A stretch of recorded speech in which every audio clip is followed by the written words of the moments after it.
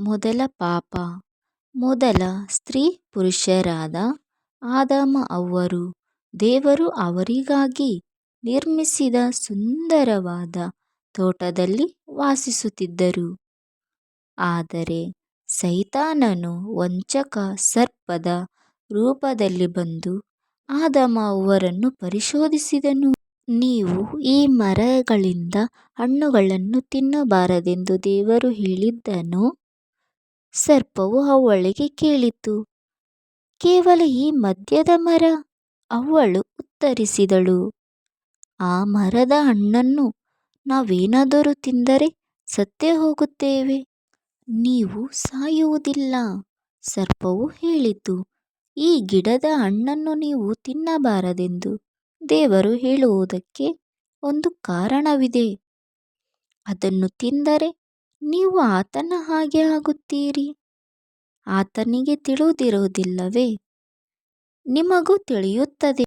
ಅವ್ವಳು ಆ ಹಣ್ಣನ್ನು ತಿಂದಳು. ತನ್ನ ಜೊತೆಯಲ್ಲಿ ಇದ್ದ ಆದಾಮನಿಗೂ ಸ್ವಲ್ಪ ಕೊಟ್ಟಳು.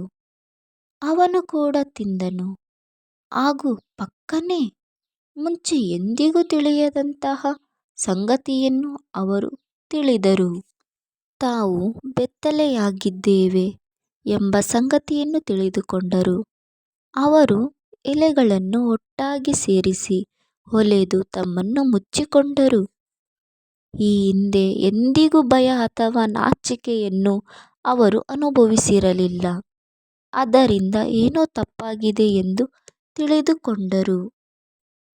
ಆದಾಮನೇ, ಅವ್ವಳೇ, ದೇವರು ಕೂಗಿದ, ನಾವಿಲ್ಲಿ ಬಚ್ಚಿಟ್ಟುಕೊಂಡಿದ್ದೇವೆ. ಆದಾಮನು ಹೇಳಿದ, ನಾವು ಬೆತ್ತಲೆಯಾಗಿದ್ದೇವೆ.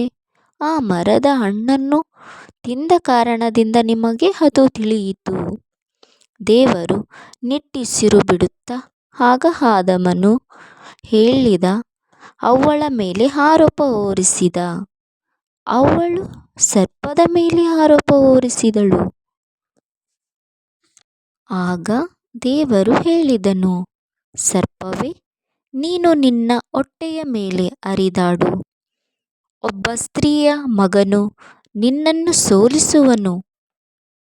ಅವ್ವಳೇ, ಮಗುವಿಗೆ ಜನ್ಮ ಕೊಡುವುದು ನಿನಗೆ ಬಲು ಸಂಕಟಕರವಾಗಿರುವುದು.